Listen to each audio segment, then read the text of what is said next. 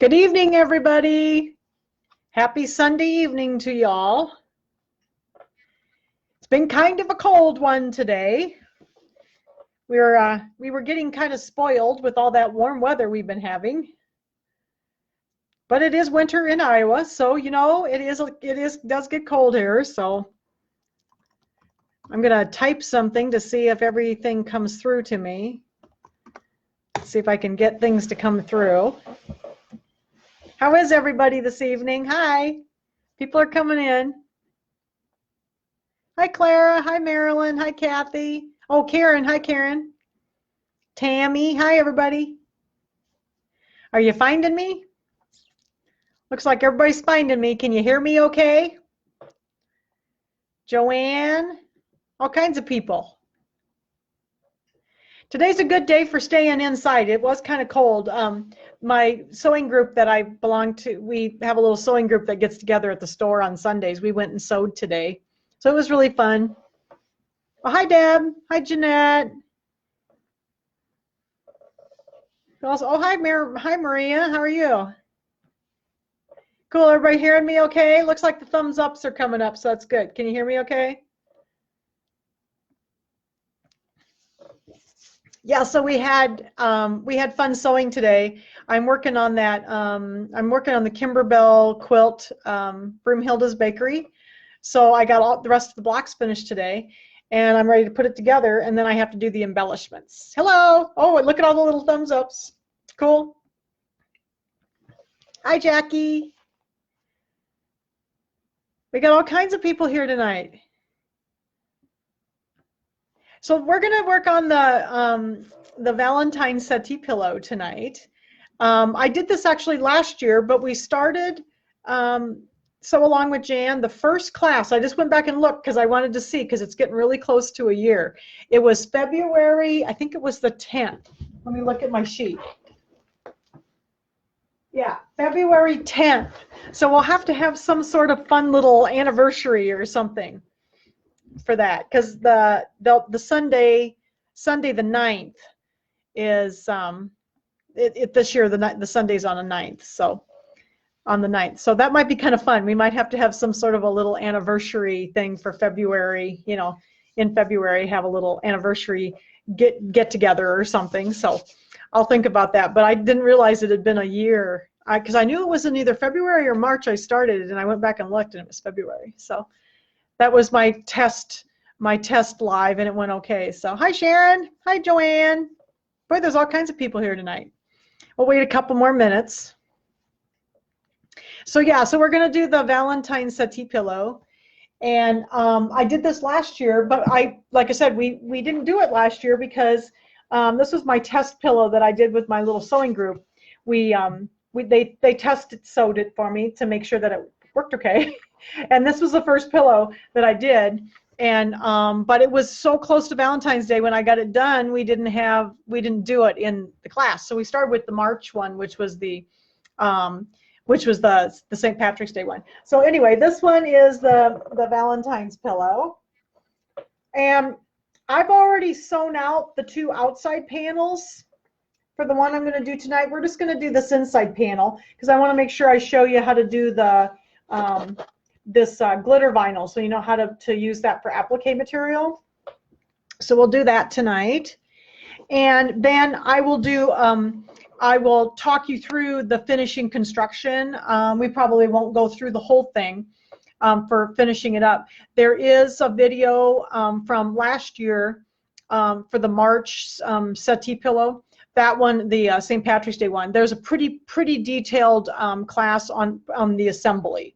So if you need to go back and you're having trouble with the assembly, you can go back and look at that video to give you a little more detail, because I videoed the whole assembly. But a lot of you have done some of these already, and they're all assembled the same way. So I will talk you through it tonight. I'm hoping to be able to get this done tonight so I can take it up to my dad. So he hasn't got a Valentine's one, so he likes these pillows. He's still got his Christmas one up. So I thought I'd take this one up for him tomorrow. I'm going to go up and see him. Guess it's supposed to be kind of cold yet tomorrow, but you know, it's supposed to warm up after that. But then of course, what's this going to do? It's going to snow again. So hopefully everybody was safe this weekend and stayed in. Sorry that the store was closed a little early on Friday and we closed early on Saturday. You know, the wind was so terrible. Tim had gone to Davenport and he was worried about getting home in the wind. He wanted to get home before dark, you know, because of the wind and stuff with the driving on the interstate. And I was in town here, but I was glad to go home too. It was nice and warm. It was nice and warm at home, and I worked on some stuff. And so what's everybody been doing this weekend? Hopefully you've had time to sew since everybody's been kind of inside where it's been cold and snowy. So you'll have to post some pictures of things. Hi, Sandra. You'll have to post some pics. Or hi, Sandy. Sandy Fink's here too. Hi, Sandy. Hi, Lori. Oh, Janan's here. Judy Rink is here. Cool. There's a bunch of people now. Okay. So let's go ahead and get started on tonight's project. We're going to do this pillow. I'm just going to try to make sure I didn't miss any comments here. So, but if you have questions, make sure you comment, and I'll try to answer it as we're going. Okay.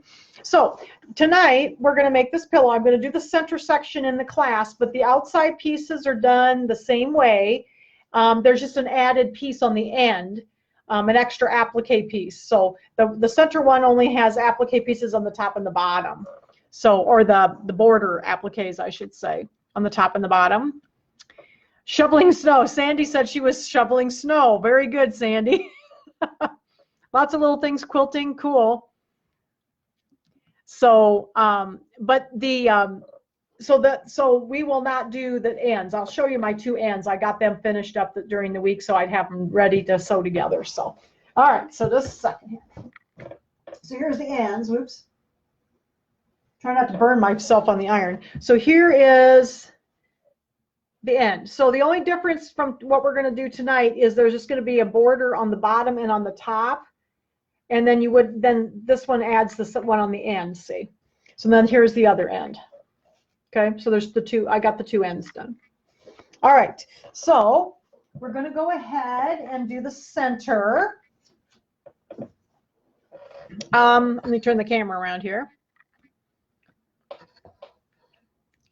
Watching TV on your 65-inch TV. That sounds good. I got a new TV for Christmas. It's only $50 though, but it's a really nice TV. Okay, so I have this is no-show mesh. This is the no-show mesh. That's not the fusible. It's just the plain no-show mesh. And I have this hooped in my 8x12. This pillow goes in an 8x12 hoop. This is in my 8x12 snap hoop. So you don't have to use a snap hoop. You can use a standard hoop, but I really like these snap hoops, and they work really slick for this, and they hold the stabilizer really strong. So, all right. So I've got that hooped in here, and that's all I'm going to hoop in the hoop. Let me show you the design here. I've got my design up in my machine. Now, your design that you got, if a lot of you bought this design, may be just a little bit different looking than this one.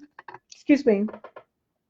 I happened to pull the wrong ones off of my computer, and these are the ones that I had done for my PR so that all the colors were correct, the ones that I wanted to use, so it came up right in the machine. So that's why mine has like the pink and the red lines and everything. Yours may look just slightly different because it just has color stops in it.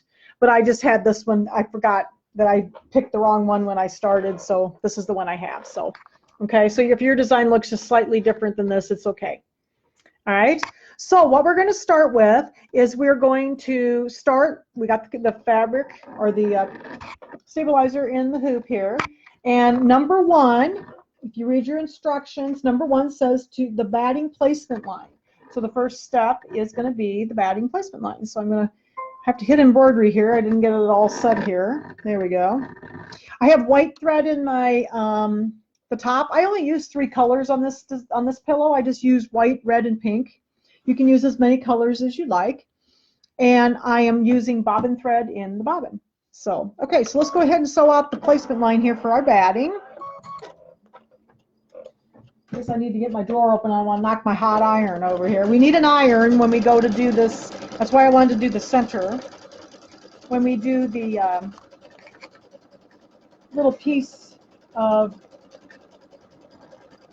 glitter vinyl, we need an iron to put that down with. So, oh, hi Judy. Hi, Anita. Oh, hi, Terry. So, yeah, so a whole bunch of people are coming in. Thanks for joining me tonight, everybody. It's a nice night for sitting in and watching something on the computer or on TV where it's nice and warm. So I've been enjoying. I got home from the store and it was pretty cold out, but we had a good time this afternoon. We got there about 10 o'clock and sewed all day. All right, so now I have my placement line. You can't see it too well. I think you can see the white line. I'm going to lay my batting piece over that line so it's completely covered. And my batting probably has cat hair on it, so I apologize up front. Okay, now when I use batting on here, sometimes it wants to scooch a little bit on me. So what I usually do is I kind of hold it. Number 2 is going to be the tack down line that's going to go around and tack my batting down. So I kind of hold my batting in place because it likes to scooch a bit on me. Just watch your fingers. This piece was a little short. I needed to have cut it just a little bit longer. I had one piece I was trying to make it work, and it's kind of squeaking out here. So what it likes to do, sometimes it likes to kind of pucker on this last side. So if you kind of hold your hand back here, I don't know if you can see me, you kind of hold your hand back here and hold it back a little bit. It won't pucker on you. That looks pretty good. Yep, that looks pretty good. Okay. So it goes around there. And I got to find my scissors. The next thing we're going to do is we're going to trim close to the stitching all the way around this batting. And I'll try to leave it in the machine here so you can see me trim. If some of you are new, I've had a bunch of new people join in the last couple weeks. These scissors are really excellent scissors for trimming embroidery. They're called double curved. They're 6-inch double curved embroidery scissors, and they're gingers. And they have really sharp tips on them, and the blades, as you can see, curve up, so they're not flat. And then the blade or the handle is curved too, so you can get down in your hoop really well. So these work very well for this. Get down here. I don't know if you can see me at the bottom here. I can pull back far enough so you can see me at the bottom here. This hoop's pretty long, and the field of this camera is rather small. So, all right. Get that. Let's go up the side here. I'll move this a little bit so you can see what I'm doing. Go up the side. And you want to be fairly close. If it's not perfect, it's fine, because this is going to have fabric over it. But what you want to do is get this batting out of here. You have to pull it out a little bit so I can get to the top. You want to get some of this batting out of here because this is going to be in your seam allowance. And you don't want all that bulk in your seam allowance. So, yeah, this was just a real small piece. I kind of didn't quite get it big enough. But let's see if I can get this trimmed off a little bit at the top. Makes it easier to trim if you've got a little bit more to hang on to. So, but this will work. All right. So I got it trimmed around the stitching line. Put this back in there. And then the next step says, we're on step number 3. And it says that this is the center fabric placement line. So we're going to have, remember, this is the center one, so we're just going to have borders on the top and the bottom. So we need to know where to put our fabric in the center here. So that's what we're going to do next. And I'm just doing these all in white. My fabric is white for the center. And I've got to make sure I get the fabric in right side up. My fabric is white on white, so I have to make sure I get it right side up. Hi, Deb. Deb made it. But this whole series of little pillows has been really fun. I plan to do some more. I'm going to do 4 more. I'm going to do a spring, summer, winter, and fall pillow. That would be more, you could leave them out longer. And so I haven't decided if I'm going to start with the spring pillow or if I'm going to start with the fall pillow or the summer pillow. So I needed a little break. We had a little trouble with that Christmas one, so kind of did Jan in. So I'm going to take a little break. So okay, so I got to make sure I get this right side up. Then we're going to this line you can see in the batting. We're going to make sure we cover that, and it should extend out along the outside edge about a 1/2 inch. And you should have plenty. I had you cut the pieces of fabric pretty close to size, so they fit pretty nicely and you don't really need to do much trimming. So now I'm going to do number 4, which is going to be the tack down. And again, you're going to want to kind of hold this fabric so it doesn't scoot on you. It's pretty close to size, so you don't want it to scoot around on you. I kind of smooth it out as I go.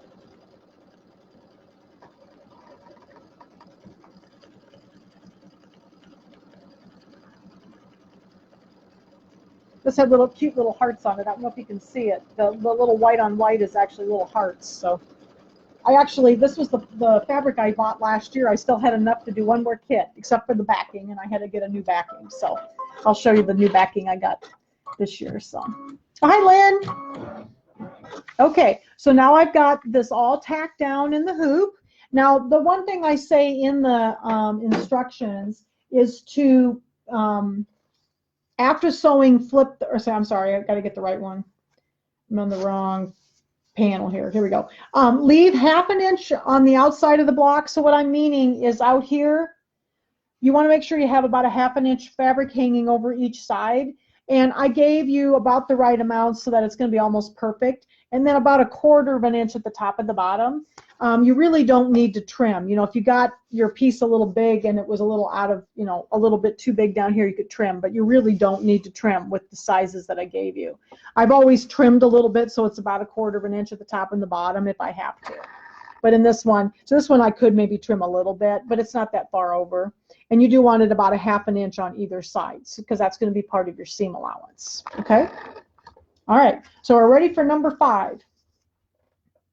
It says top border sewing line. So I did not put a placement line in here. So before you sew number 5, it's going to be the line that goes across the top here. It's going to be the sewing line. So we need to place that piece in first. So I gotta find my fabric. And I think I'm going to switch over to my red thread to piece this. This white might show a little bit.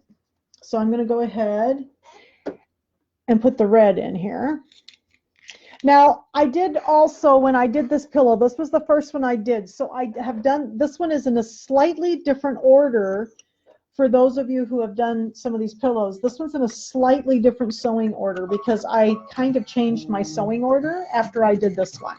So if you notice something's a little different, I did a couple things in a different order. Oh, hi, Kathy. All right.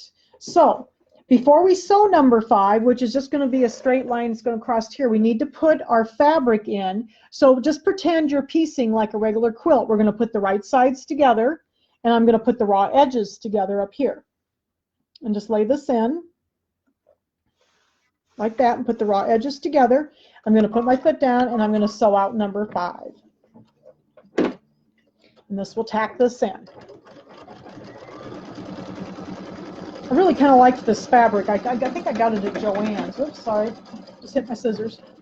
I usually try to stick my scissors in this side. Okay. And then it says, after sewing, flip the fabric right side up and finger press. So after we sew this in, then we got to get it right side up. So I'm going to flip it up. I'm going to finger press it in and get a nice crisp seam there. And you also want to make sure that it gets all the way pushed up, because when you go to put this together, if you've got a little droopy edge, then your borders aren't going to match up nice on the top, okay? So we get that up, and I'm going to finger press it in. And then number 6 is going to be the little tack down that's going to go across the top here. So put the foot back down, and we'll sew out number 6.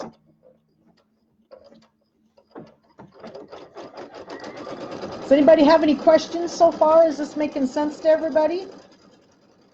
Like I said, I have a few new people that have been starting to come to the classes the last couple weeks, so I want to make sure that they understand, because I've done a few of these and some of you have seen them several times. All right, so then I'm going to do the same thing on the bottom that we just did at the top. We're going to put the other border piece on here, but now we have to match up these raw edges. And again, the right sides are together. This is the back of the fabric, right sides together, and I'm going to match up the raw edges. A second here. and get the raw edges even. Put the foot down, and then we'll sew across that seam.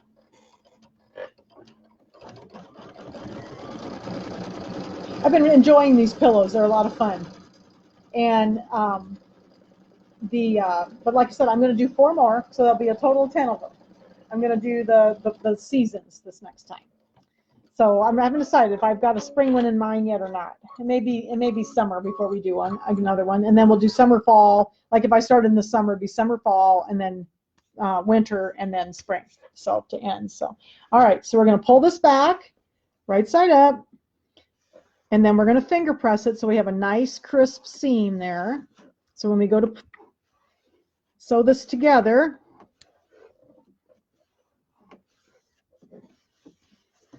it's going to be nice and smooth. Okay, and then we're going to do number 8 is going to be the tack down here.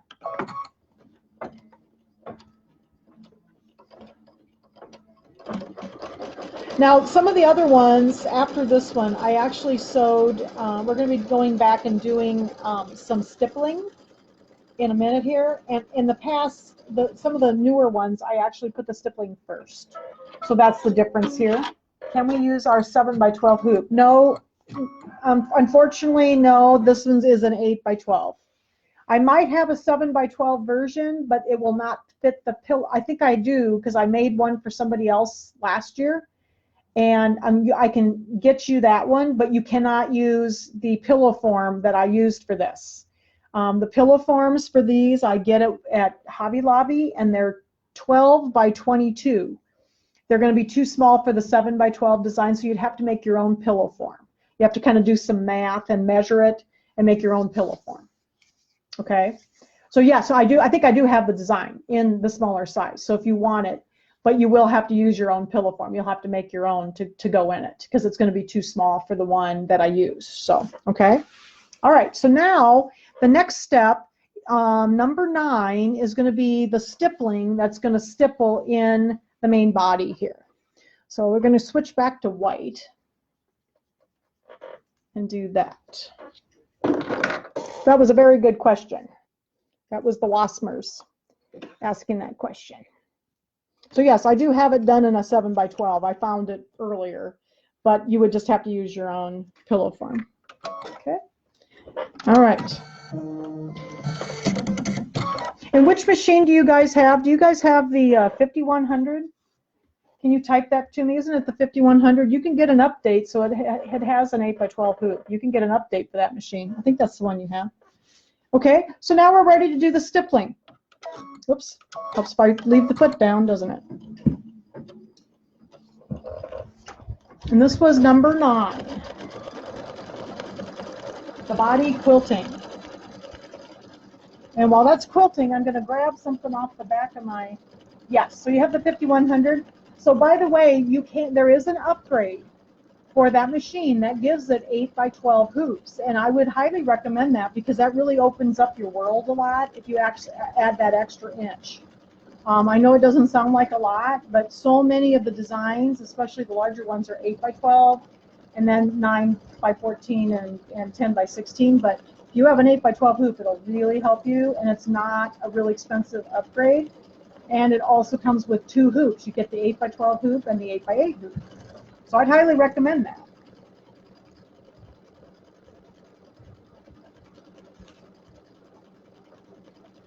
Sorry, I had to go get my cutting. I forgot to get my cutting, my rotary cutter and my ruler down.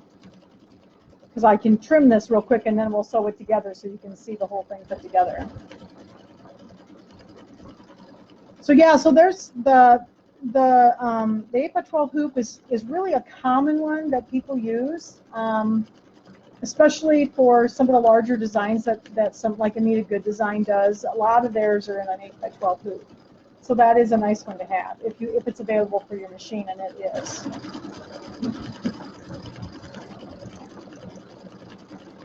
Seems like that upgrade might run around like $260, $270, which is not terrible when you consider you get 2 big hoops with it, and that's most of the cost of the hoops.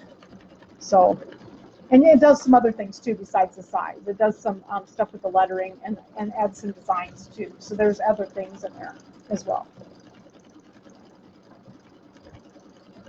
So we're doing the stippling. Now, when I did this the first time, I remember my first one, I had to think about this stippling because all of a sudden I realized I was going to use some heat transfer vinyl for this heart up here in a second.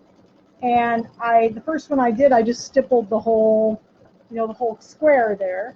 And when I went to put my heat transfer vinyl on, I had these beautiful little stipples that were adhered to my heat transfer vinyl. So I thought, well, that doesn't look very good.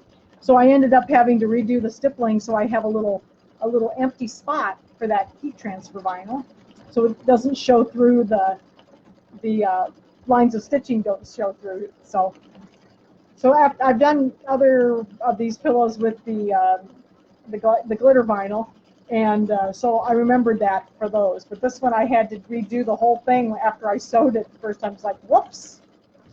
So this was a learning pillow for me. I knew how I wanted it to look, but I had to make the software do it for me. So it's like, whoops.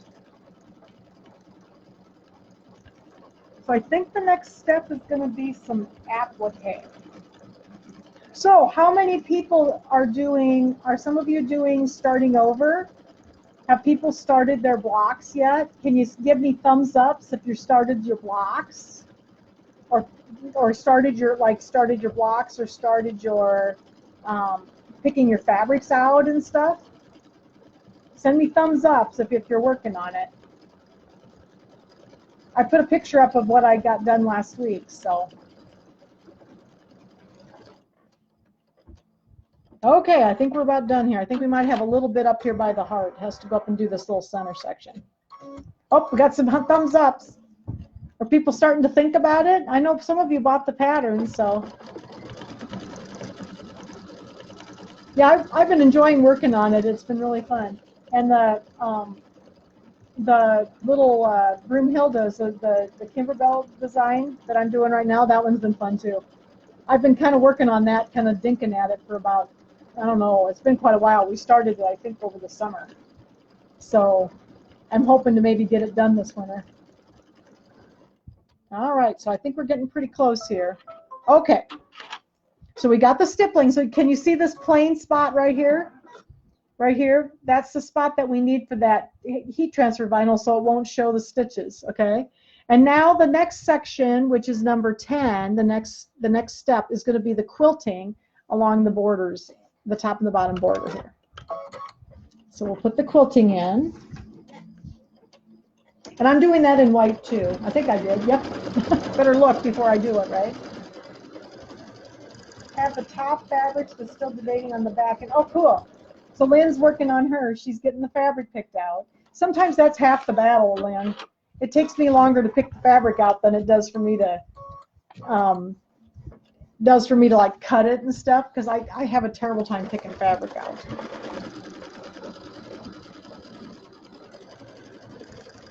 Okay, so we got a couple hearts. And let's see, what's the next step here? We're doing 10. Oh yeah, then we're going to start doing appliques. Got to get my pillow down here so I remember what I did. So the next sections will be down in the main body here, and we're going to be doing some appliquing, the letters. Oh, cool! That's great, Pat. Pat says she's got her fabric pulled and she's been cutting and she's ready to about ready to start sewing. Yay! Oh, somebody's sending me some little hearts. That's cool. That's starting over does have quite a little bit of cutting to it, but once you get going, it goes pretty quick. It's nice to have it all cut out so you can just sit down and sew. I really like that. I don't like to have to stop and sew while I'm working on it. All right, so we're doing the bottom border now. Trying to make sure you can see what it's doing here. And I remember when I did this the first time, I kind of thought that the hearts should all be going the same direction, you know, like when you look at it, so they're all going up, but it looked really weird. So I ended up doing them like, you know, mirrored all the way around. So this, yeah, this was a learning pillow. I pulled, and I think I sewed this out 4 or 5 times before I liked it. And then the Christmas one was being naughty. You know how they say naughty and nice at Christmas? That one was just naughty to me. I had all kinds of problems, mostly technical problems, like the actual sewing. It wasn't the digitizing. I knew exactly what I wanted it to look like, but I just couldn't get it to work. And I actually made one of those this week too. My friend Connie, from my doll teacher, didn't have the last two. She didn't have the Halloween pillow or the Christmas one, so I made those for her. So got those done this week. All right, we've got the last heart. So our borders are all quilted. Okay. So now we're going to switch back. We're going to switch back to red, and we're going to do some appliques. And this is just traditional applique. I think most of you have done this, but like I said, I have a few new people, so I wanted to make sure that everybody understands how to do applique. And we did applique last week on the quilt block, so I'm going to put my red thread in here. And I'm going to do the letter L. So appliques have several sections, you know, they have portions, and the first portion of an applique is the placement line of where to put your fabric. So that is what number 11 is going to be the placement line for the letter L. Oh, hi, Marcia. And then we'll put our L down. And I think I'm going to do, I was trying to see what I did. Oh, I did red. So I think I'll do red for the L. Looks like I got a little tail sticking up here, so we'll clip this out of here. And it was funny because when I did this one too, they changed the way the appliques worked, that the way they think when you make them into an applique. So we're going to lay this over that whole L. Make sure you get it all covering your placement line, like that. And then number 12 is going to be the tack down line, and that is the second element of an applique. You're going to tack this down. Now you can, if you want, you can also cut these out, like with a scan and cut.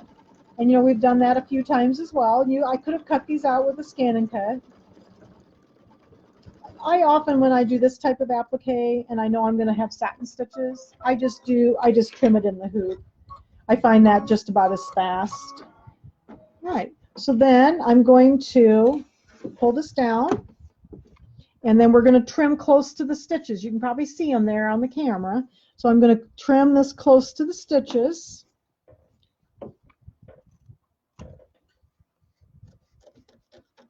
I used up a bunch of little scraps for these.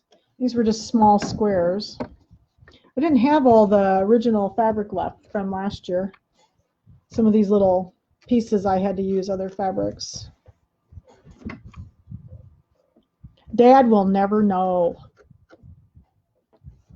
But he loves stuff I make. He's funny. He's funny. You know, a lot of guys are not into stuff that you make. But my dad's always, well, I think he was forced into it because my dad also had my mother, and he lived with her for 62 years, and she made all kinds of stuff. So I think he kind of got it ingrained in him about all these homemade things. So he likes it when I make him stuff.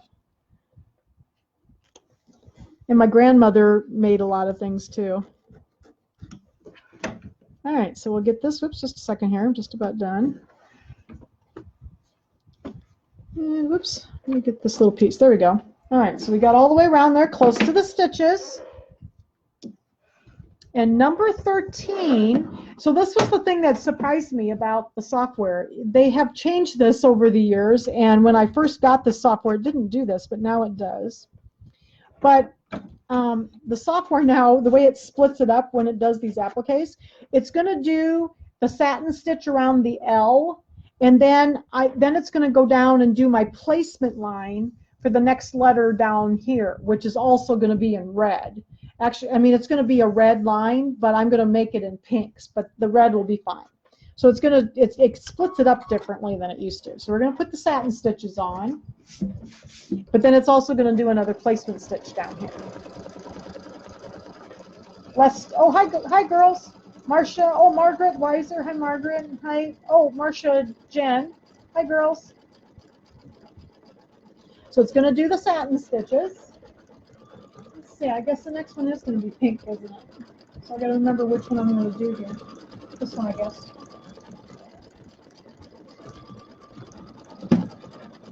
But the software has changed a bit over the year. Oh, and one of the gals asked me earlier, it was Terry, was asking about software. And she just wanted some basic software that would size and like change colors for you.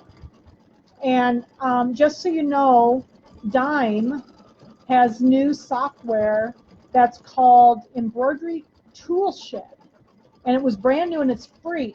So if you only want to do just a couple little things, like if you want to resize something and recalculate the stitches and then resave it, it does that. And it also, you can change colors in it. And it's called Embroidery Toolshed.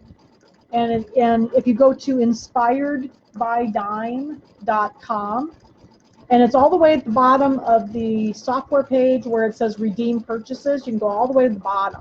If you want me to, I can put the link up here after class. But I didn't realize they had it up there. I heard them advertising it, and it is nice because it is very inexpensive. Obviously free. So then you can just do some basic stuff, if that's all you need. So if anybody, would you like me to put the link up there? Why don't you send me some thumbs up? So if you'd like me to put the link to it, then you can get it and download it for your computers. Because I know there's some of you that don't really have software yet that might like that. So yeah, so if you want me to just put some thumbs ups if you think that would be a good thing for me to post on the group, so you have it. Okay. Yep, I will. I'll do the link tonight after class. And I didn't realize it was up there yet because they talked about it on I saw an ad for it, but I hadn't seen that it was available yet, and it is now available. So I found it tonight. Yeah, because I know a lot of you don't really want a lot of software, but it does do quite a little bit for being free. So I thought, well, heck, it's free, and I did download it, and it looks pretty good. You can see how big things are. You can print, your, if you need a template, or if you need, it printed, and you could do your color changing. You could convert from one color to another color, and then you could do resize by recalculating the stitches, which is kind of important. And that was, it doesn't do a whole lot, but that was great. And you can combine designs, like if you wanted to bring in, let's say you bought a font and you wanted to have your little picture, and then you wanted to bring the font in to put the baby's name in, you could just bring those fonts in.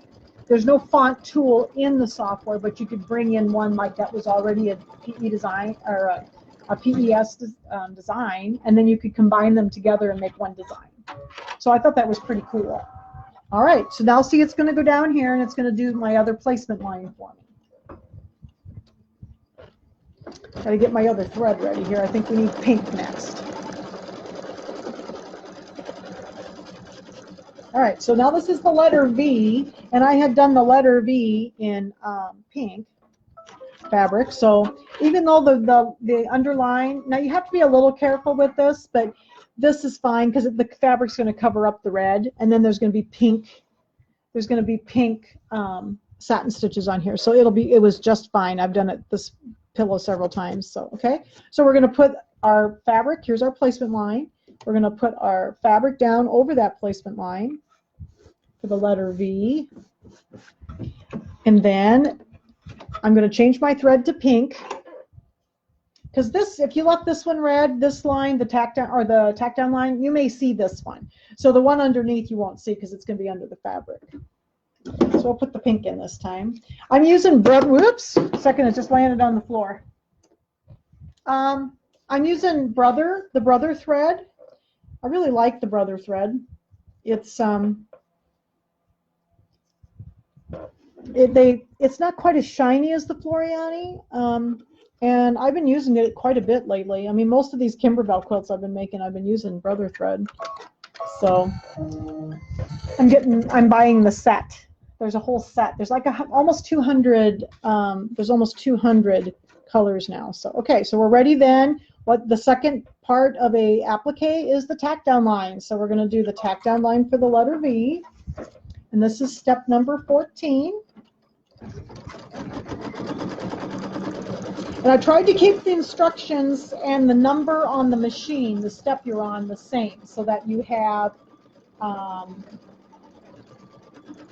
so that they are not confusing. Sometimes that's confusing if the instructions have a different number than that's on your machine.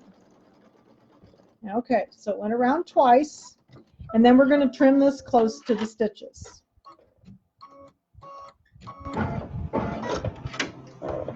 All right, so let's pull this out so you can kind of see what I'm doing here. Got a little tail sticking up.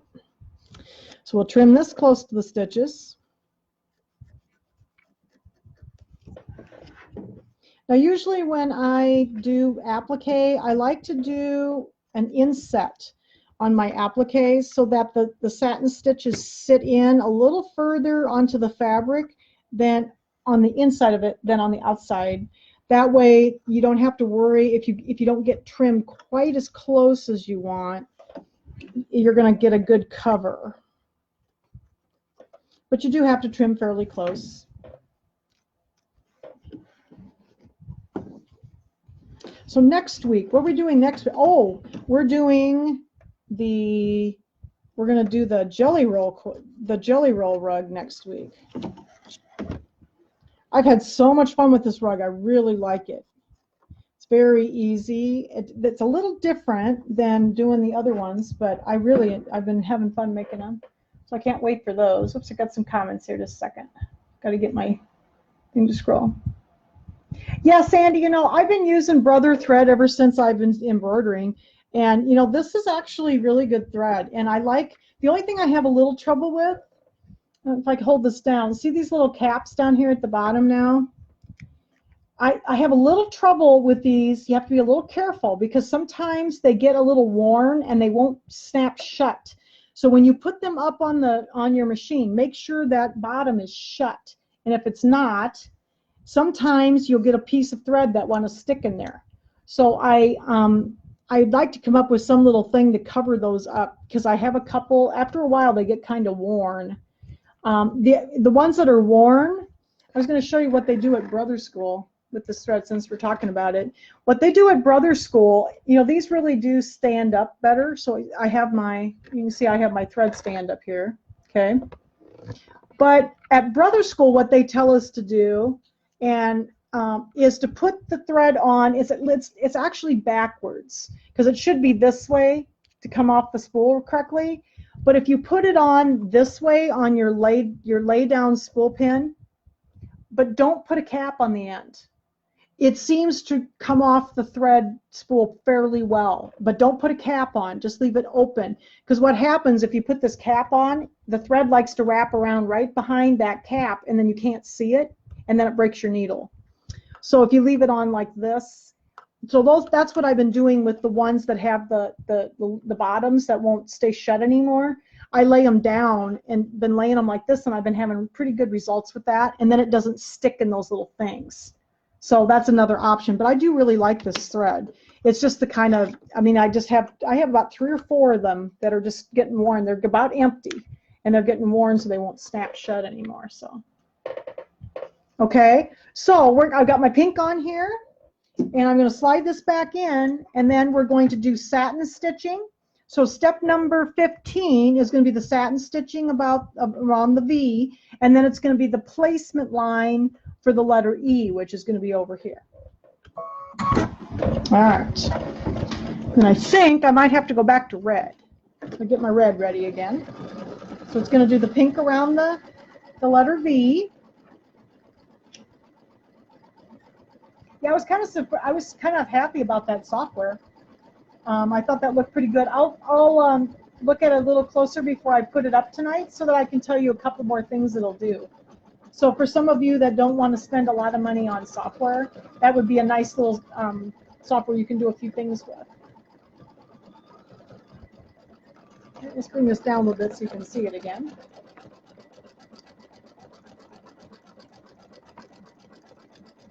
So yeah, so we had a lot of fun today sewing. I was working on the traditionally pieced blocks of the Kimberbell quilt and the Broomhilda quilt. And so the first one I did had, oh my gosh, it had half square triangles, and it had like, each block had 16 half square triangles in it.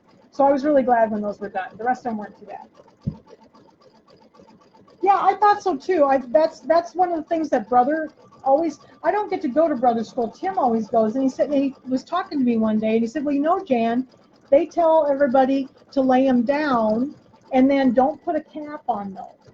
And make sure, and I try to keep those rings, you know, at the bottom shut even then, but I have a few, and I can get them to sew okay as long as they're laying down like that. So I prefer to have it upright because they do, so that's the way they're intended to be sewn with.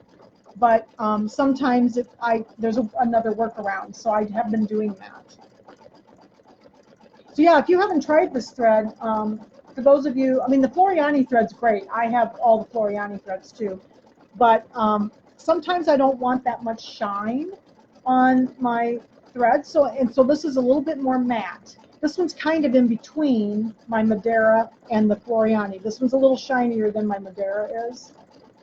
And I do really like this thread, and it's a little cheaper. It's $1 cheaper spool.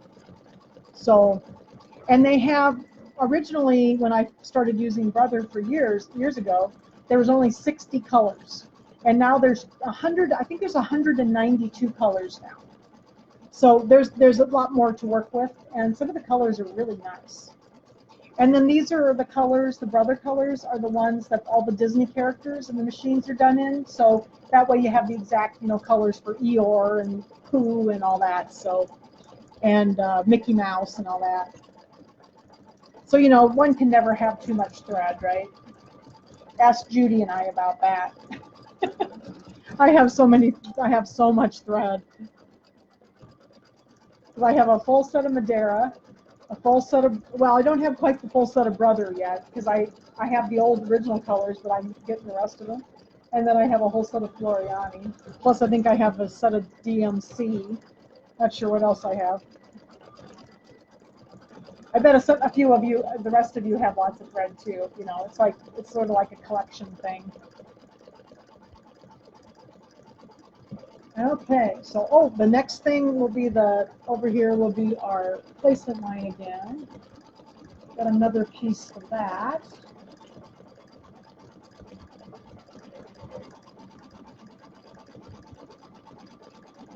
You think my dad will like it? I think he'll like it.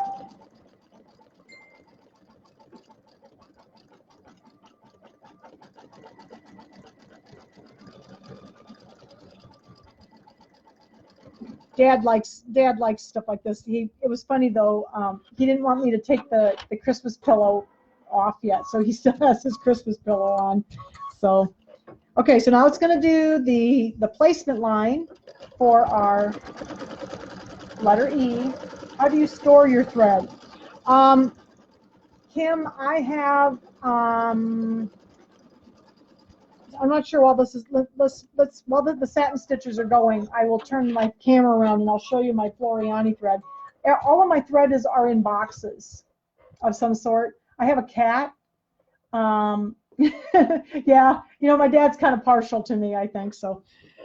I have a cat that likes to eat thread, Kim, so all of my thread has to be inside of a plastic box. And all the machines have to be unthreaded every time I go out of this room, because if I leave anything threaded, they eat the thread. Yes, well, I don't have that much of a fabric stash, Pat. You were talking about fabric stashes. Okay, so here's our placement line for the E. I'm going to lay my fabric down over that placement line. Okay, and now I'm going to switch over to red, because this fabric is red, so I'm going to switch back to my red.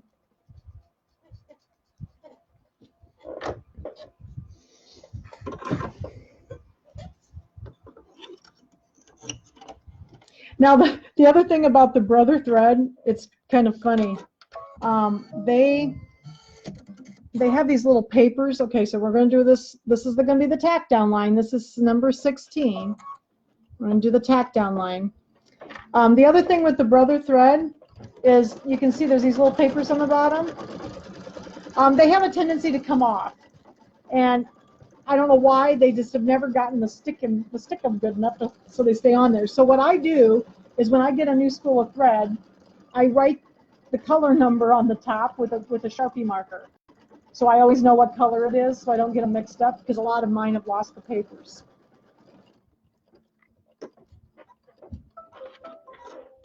And I don't know why they can't get the stickers right, but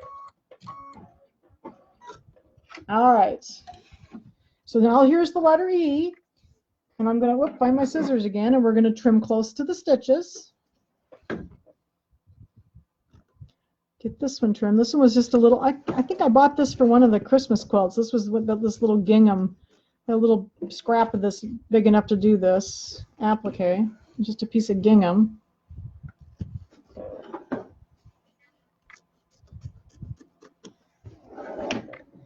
Second here, I think I have a couple questions, but I have to trim. Let me trim, and then I'll get the questions here. Whoops. Push this up so you can see what I'm doing. Trimming around. It helps it kind of hold the fabric up a little bit, so you can get underneath with the scissor. I'm always a little awkward when I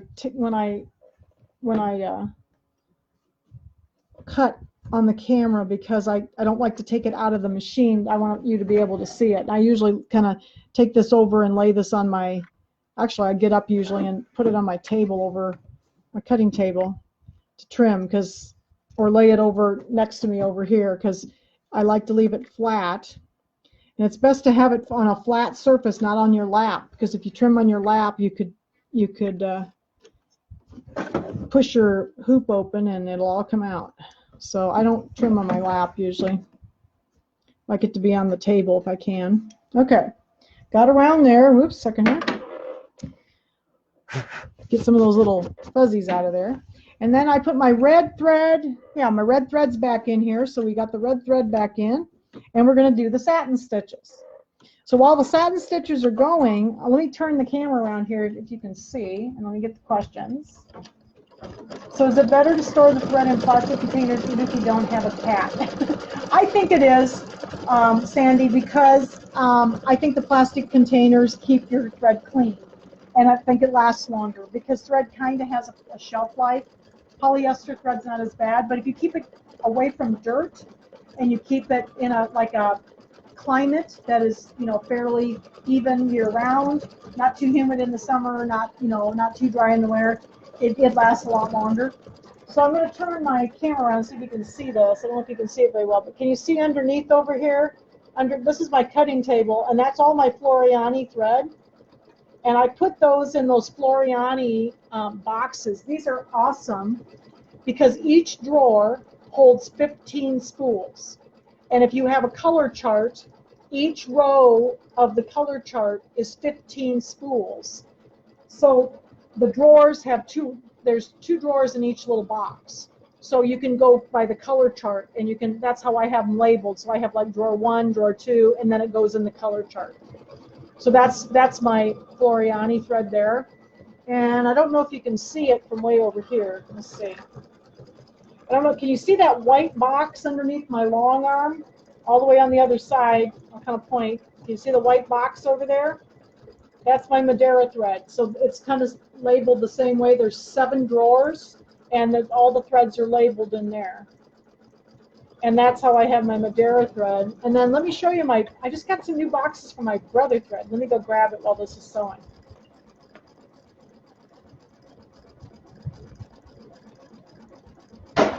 So I have some new thread boxes. See these nice boxes? So I've got these for my brother thread, and then I've got the boxes numbered. I don't know if you can see the numbers on them. So I've got the boxes numbered. And then I have the color chart, and if you don't have this, I can give it to you because I've got it. I have it labeled, and then I just have them in by the color chart, which box they're in. So I have it all labeled. So that helps me because I have a lot of thread and it's a lot faster to find it that way. But these I think I got at Joann's. And I do have some little, there's some like little things for these to sit down in. And I got these with my exquisite thread that I don't have anymore, but they worked for these too. So what I'd probably tell you is you might be able to make something like with a little piece of wood that would have like little pegs in there. You could set these in the boxes, but these boxes work really great. They're those ones that you can put like, 4 or 5 of them together and they have one handle top. So yes, I have a lot of thread. But it really doesn't take up that much room, as you can see. And then I don't know if you can see the other cabinet over there that's got like drawers in it. It's blue. That's all my long arm thread underneath the long arm there. So it doesn't take up that much room when you keep it in some sort of a container of some sort. And I haven't had mine up on the wall for a long time because the cats. Yes, a golf tee turned upside down would work too. Yep. I had a friend of mine made some racks for his wife, and then I had another friend that made like a little board that fit down in the box, and then it had the little spindles up there so you could put your threads on it. Okay, whoops, I got lots of these little fuzzies, don't I? It's getting around there. Well, the last part of the applique on this is going to be a little different.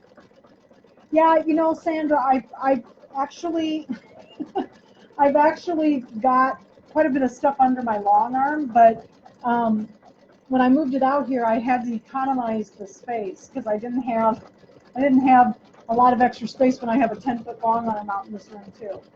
So I have to use the space underneath of it for like threads and stuff. So it works pretty well. But I've always had this cat that ate thread. My cat's 18 years old and she's eaten thread since she was a kitten. So,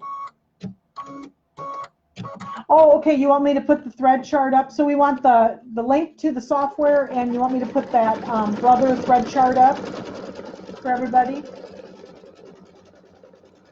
Where did I get the storage container for the Madeira thread? That thread, Pat, came from Madeira.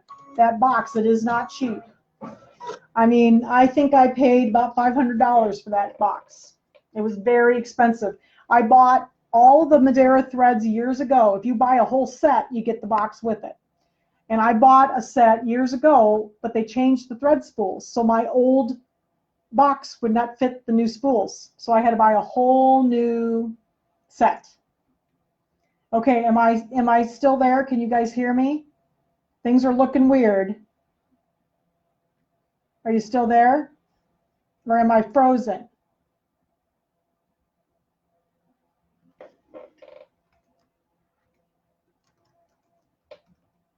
Am I on? Okay. Sorry. And all of a sudden everything just kind of stopped and is kind of spinning. Are you guys okay? Oh, here's some comments. Good. Okay. Yes, please. Am I still on? Okay. You're still hearing me? Okay. Awesome. So let's try this again. Oh, there's my hand. Okay. Everything's moving again. Woohoo. All right. Every now and then Facebook does something weird. All right. So then after it did the E, see, it did a placement line again for me up here.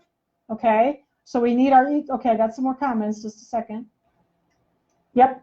Okay. Yes, we're still here. Awesome. Okay. Okay. So now we got our placement line up here, and this is going to be a little different. So for those of you who have not used glitter vinyl, I'm going to pull this down so you can see the heart a little bit better.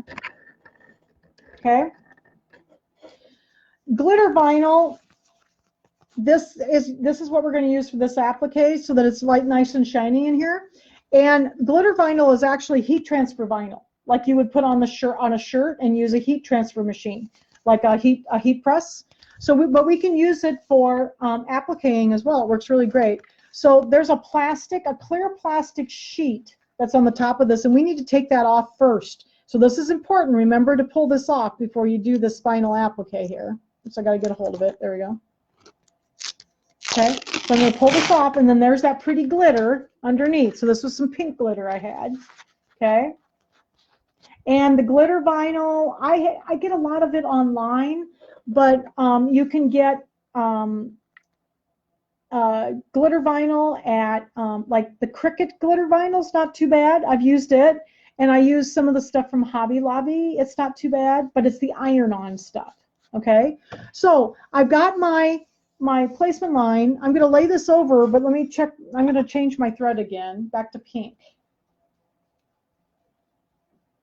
Second here, let me get the pink thread back in here. You guys had really good questions tonight. Sometimes you got to talk about threads and stuff. There's a lot of threads out there. I'm pretty careful with my thread.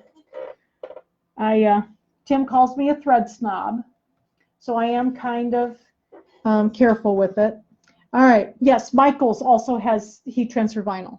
Okay, so we're going to lay this over this heart, and you notice that there's no stippling here. That's what I had to do, is I had to take the stippling out from underneath so that when you iron this down, because we're going to iron this in a second, it showed all the little stitches, and I didn't want that to show like that. So we're going to lay this over that heart, and I'm going to thread the machine before we try doing this, and then we're going to put our placement stitch or our tack down stitches. And this one, these kind of scoot just a little bit, so I usually hold it. You could use tape if you want. I have a tendency to hold things. I'm lazy and I don't like tape very well, so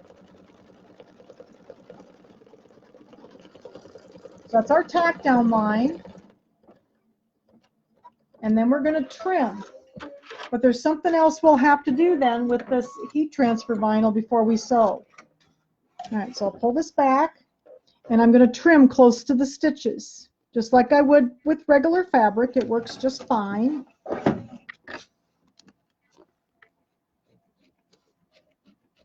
And I've used this in quite a few of my pillows. I like this glittery look. It's kind of cool. And you can use fabric here if you don't want to use the glitter. You don't have to. You can just use fabric.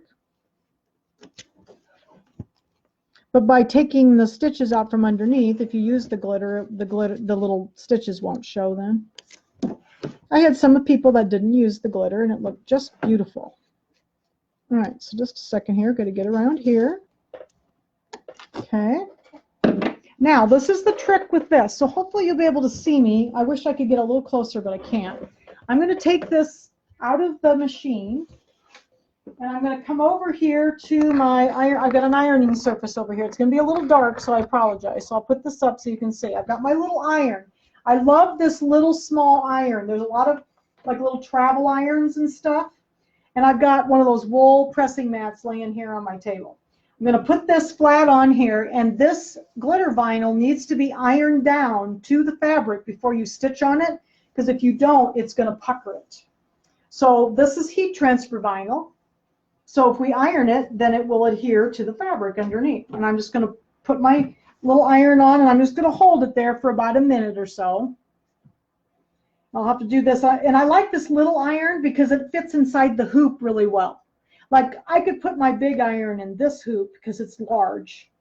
But I often can, this little iron fits with even in a 4x4 hoop, so I can use this.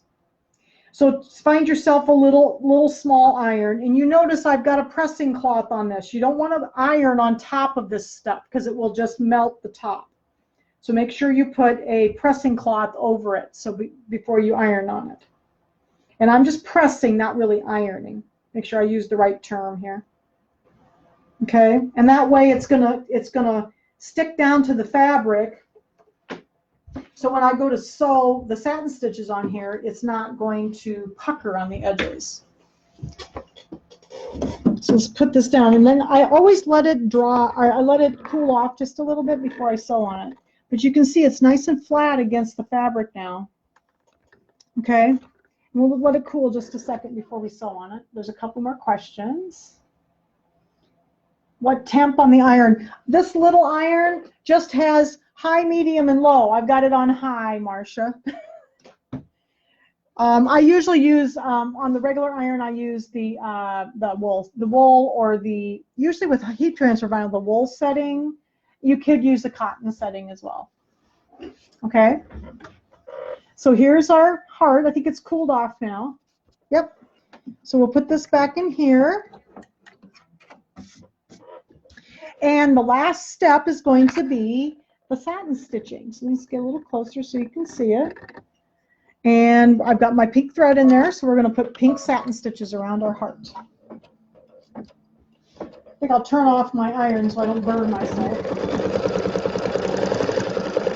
I have to be awful careful with irons. I'm always burning myself on them. Hi, Tony.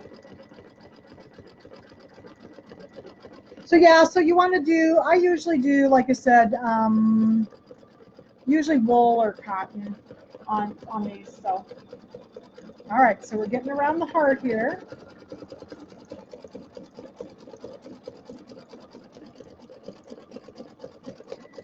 I really like this pink glitter. I think I got this from, I get a lot of glitter vinyl from that company called Specialty Graphics. And they're from Chicago, and I get a lot of vinyl from them, and they have a lot of really pretty glitter colors.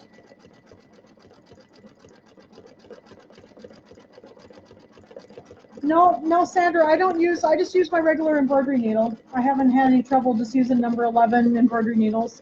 It's really not that hard. It's very soft, actually, and it's not that thick either. It looks thick when you look at it, but it really isn't. So I usually just use my regular needle.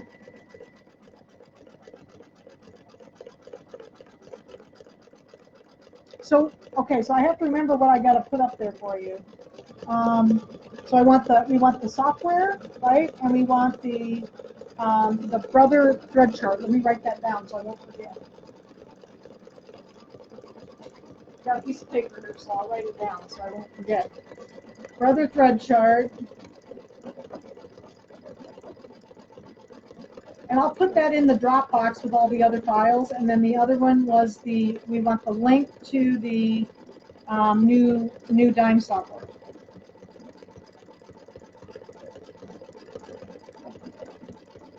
What did I say? Embroidery tool box. Embroidery tool something. 1 second. Embroidery tool shed.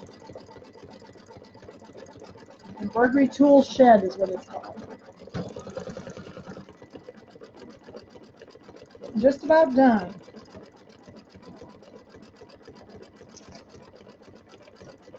All right, got that written down so I won't forget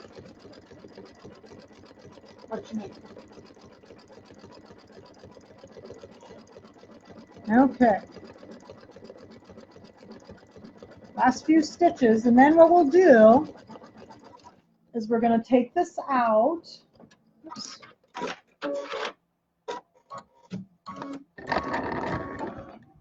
Okay, there we are. We're done sewing. So I'm going to go ahead and take this out. So there's all of our appliques.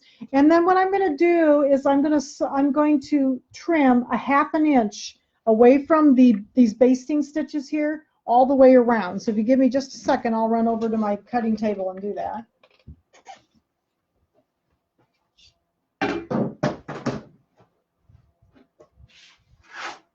And it's a 1/2 inch all the way around. It really helps to do the 1/2 inch first, and then I trim down to a 1/4 inch on the outside edges when I go to do the binding. But it works better for me with the 1/2 inch to start with. It's easier to get it lined up for the center anyway. Can't see my stitches very well.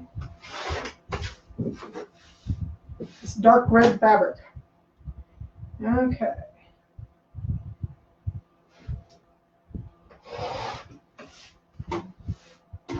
And one more. All right. And there is our panel. So what do you think, everybody? Now, do you want me to show you how I sew these together? There's a few new people tonight. You want me to just sew the 3 panels together real quick so then we can walk through the rest of it? Because I've got the thread here if you'd like me to do that. Can you send me some thumbs ups if that would work for you? And then we'll be done. Yes, okay. Yeah, I've got a few new people here tonight. So this is a good thing. I can show you how to switch the machine over, you know, from your sewing to your embroidery, because you can embroider with your embroidery. You can sew with your embroidery unit on. Does everybody know that? You don't have to take the embroidery unit off to sew on the machine. So I'm going to go ahead and hit my home button up here. Oops. Maybe after I hit OK. And then I'm going to say OK. And then I'm going to go to my sewing and hit OK. And that's going to push this embroidery arm out and get it out of my way. So now I'm ready to sew. Have to change my foot though. Oops, second here. Yes. I have a question on the hearts. Do you stitch the zigzag, then place the ribbon and go back and zigzag again? On the heartstring, oh, the little heartstrings, they're part of the embroidery design, Jackie. I think they are before, the heartstrings sew before the appliques because they're underneath the applique. But they're part of the embroidery design on the outside ends, you mean? I think that's what she was asking about, these little heartstrings right here, these little right here. Yeah, they sew before the satin stitching does, because they'll be underneath. They're on both sides. Yep. Okay, so we're going to go ahead and change our foot here. My favorite screwdriver is a nickel or a quarter. I happen to have a quarter. I'm rich. I have a quarter tonight. So we'll put our other foot on. We're just going to put the J foot on. Okay. And I'm also going to change my bobbin. The bobbin, I'm using embroidery bobbin thread here. And, you know, embroidery bobbin thread is not very strong. So I want to put regular sewing thread in my bobbin to do this because I want some strength here also. So I'm just going to put some white thread in here. And I'm going to put some white thread on the top, because a lot of this is white, so I thought I'd sew it together with white. At least here, I'll use some pink thread when I put the binding on. And get that thread in. Just a second, I think maybe we have another comment.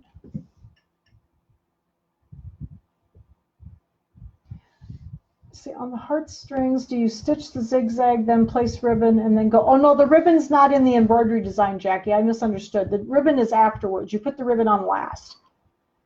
So there's a little little string, and then the heart goes over it, and then you put the ribbons on last.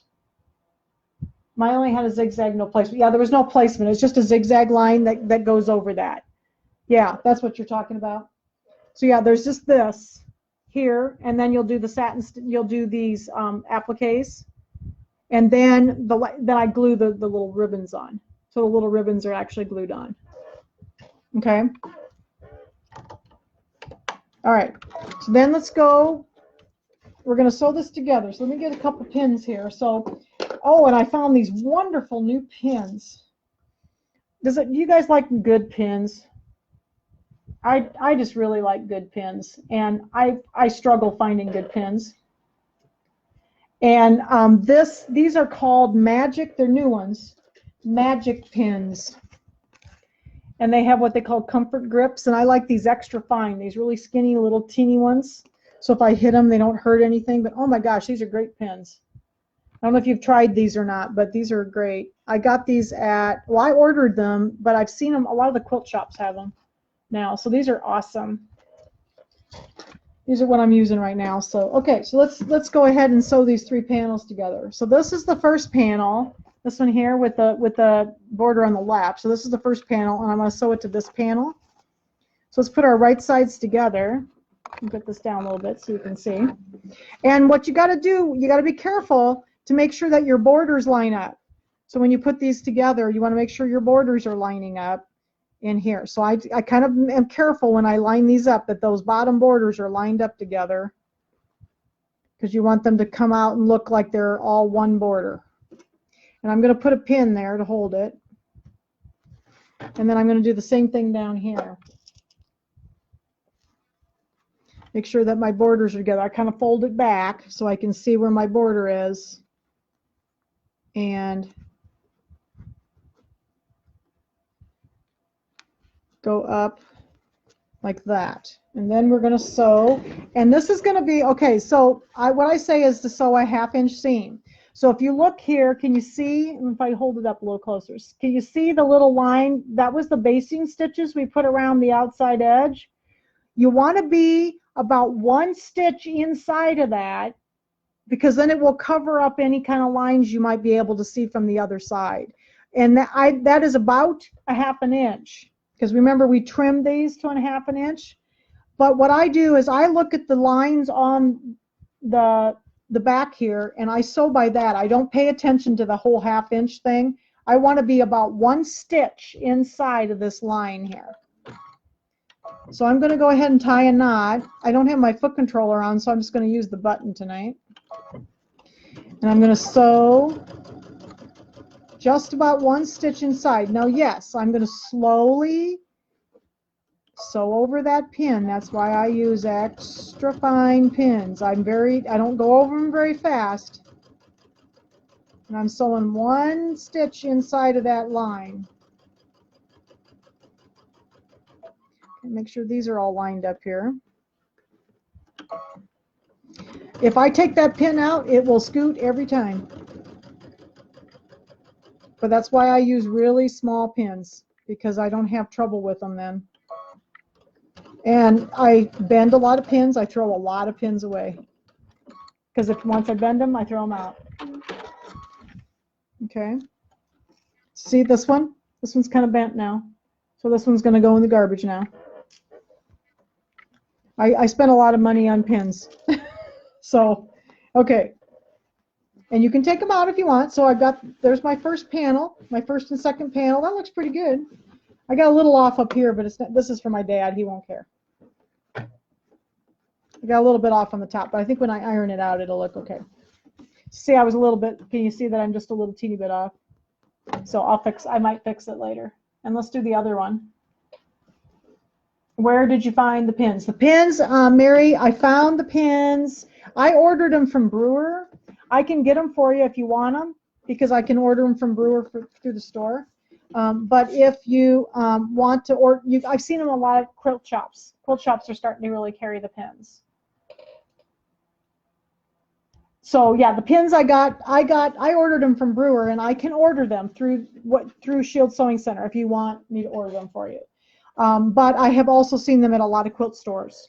Okay, so here's my other panel. So here's the other end. And I'm going to do the same thing. I'm going to turn this. And I'm going to line up, hopefully do a better job lining up my borders this time. I might have to rip that and fix it a little bit for Dad. And then we're going to put another pin in there.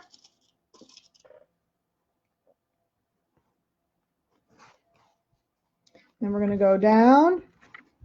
And like I said, I do this very in detail in the St. Patrick's Day pillow video. So you can go back and watch the entire, because we spent one whole class just assembling this.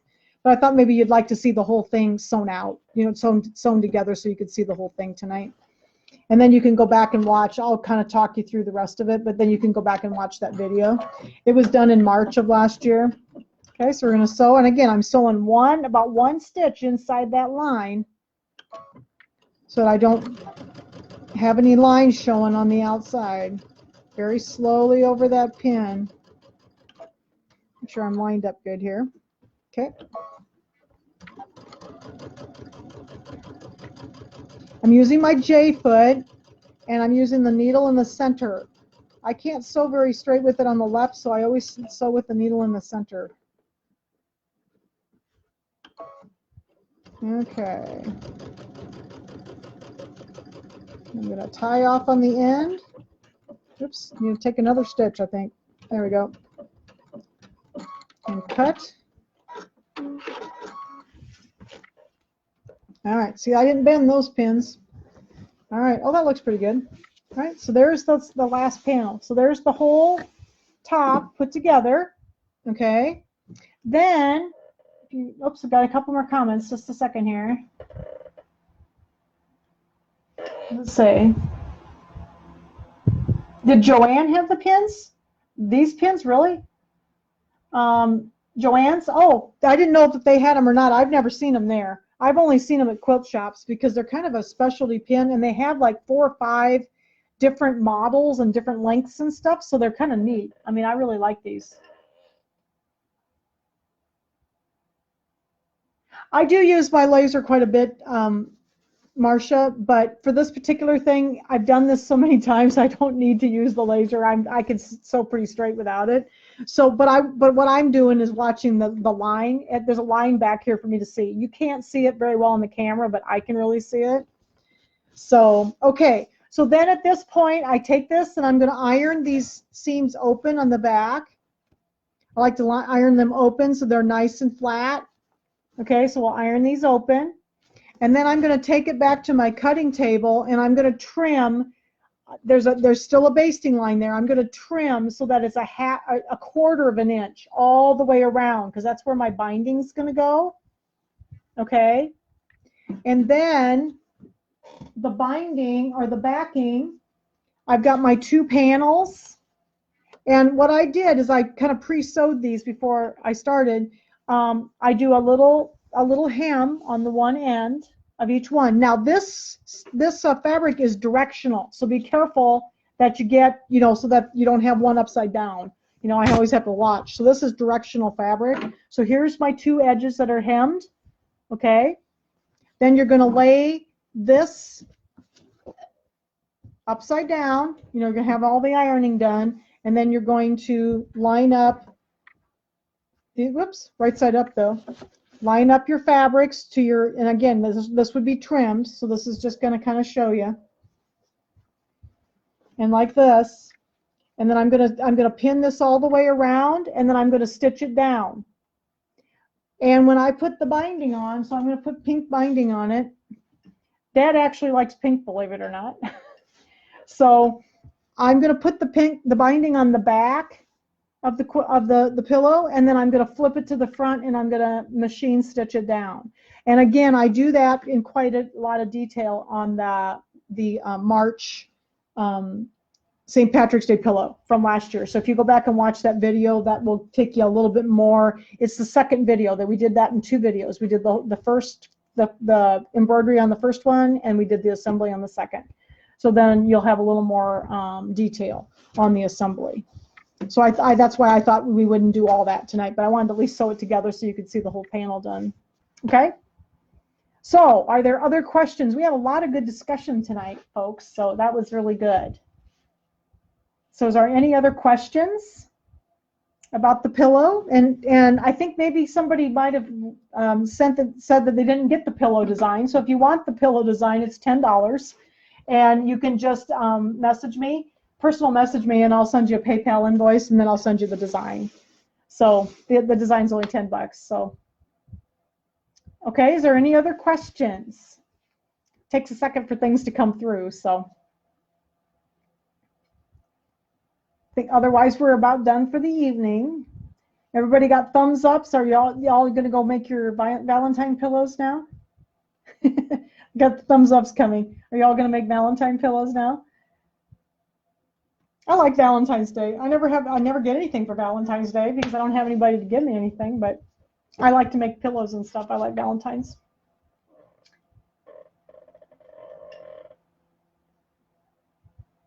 Okay, so, oh, yep, got some comments. So is everybody okay? You understand what we're doing? What size pillow? The pillow form is, I get them at Hobby Lobby. That's the only place I could find them. Somebody was asking about the pillow form. It is 12 by 22. It's on the instructions, wherever my instructions ended up. Oh, there they are. They're way over here. I think it's 12 by 22. And I get them at Hobby Lobby. I can't find them anywhere else. This is an unusual size, evidently. Yeah, 12 by 22. And I get them at Hobby Lobby. And they work really great. So, okay. So I'll go ahead and finish this tonight. I'll put it up on the group once I get it finished for Dad. And I will put those other things up tonight too. And I think I'll go get some supper first, though. I'm kind of hungry. Might go get some supper. I didn't have much for lunch. So, all right. Any other questions? I think everybody's Cool. Thanks, everybody. I'm glad you enjoyed it. I enjoy doing these, so I hope you enjoy coming and visiting me every Sunday evening. It's a lot of fun. So next week we're going to do we're going to start the jelly roll rug. We're going to do that in 2 sessions. So we'll start that next week, and then it'll be the first week in February. And then the second weekend in February will be the software class that we missed in January. So I apologize about that again, but couldn't be helped. So. All right, so let me put the camera back up so I can say goodbye to everybody. Okay, and please put pictures of your pillows up on the group, because I get such a kick out of seeing the difference in the interpretation of the design.